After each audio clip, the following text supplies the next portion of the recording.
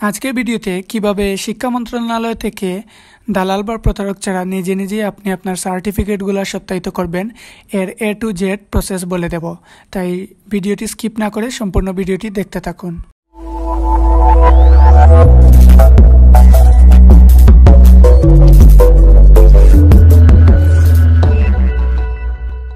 শিক্ষা মন্ত্রণালয় থেকে সত্যায়িত করার জন্য আপনাকে প্রথমেই বাধ্যতামূলক আপনার নিজ বোর্ড থেকে ডকুমেন্টগুলো সত্যায়িত করিয়ে নিতে হবে, নয়তো আপনি শিক্ষা মন্ত্রণালয়ে আপনার কাগজগুলো সত্যায়িত করাতে পারবেন না। এবার জানা যাক এর লোকেশন কোথায় এবং সকাল কয়টার দিকে আপনাকে সেখানে যেতে হবে।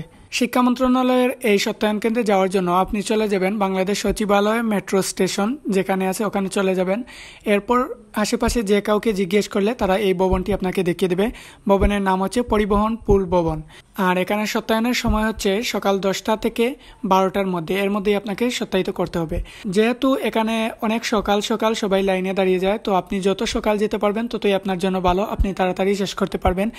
একটু সকাল সকাল গেলে আপনি লাইনের শুরুতেই থাকবেন এবং যখন 10টা থেকে শুরু হবে তখন আপনার কাজটা প্রথমেই হয়ে যাবে। 10টার সময় আপনাকে ভেতরে ঢুকতে দেওয়া হলে আপনি ডিরেক্ট চলে যাবেন 8তলায় এবং সেখানে গিয়ে অনেকগুলো রুম আছে। প্রত্যেকটা রুমের দরজাতেই লেখা আছে ভালোভাবে কোনটা কোন বোর্ডের। আপনি সেখানে যাবেন এবং অনেকেই সেখানে লাইনে পাবেন, আপনি তাদেরকেও জিজ্ঞেস করে নিতে পারেন।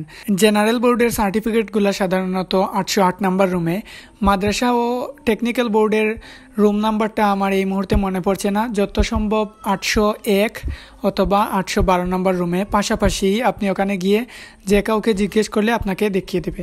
সো ওখানে দরজার পাশে আপনি লাইনে দাঁড়িয়ে সিরিয়াল মতো আপনার সার্টিফিকেটগুলো খুব সহজেই সত্যায়িত করিয়ে নিতে পারবেন। সো এই ছিল আজকের ভিডিওটি থেকে যদি আপনি উপকৃত হয়ে থাকেন তাহলে ভিডিওটিতে একটি লাইক এবং কমেন্ট করে দেবেন, আর সাবস্ক্রাইব তো মাস্ট।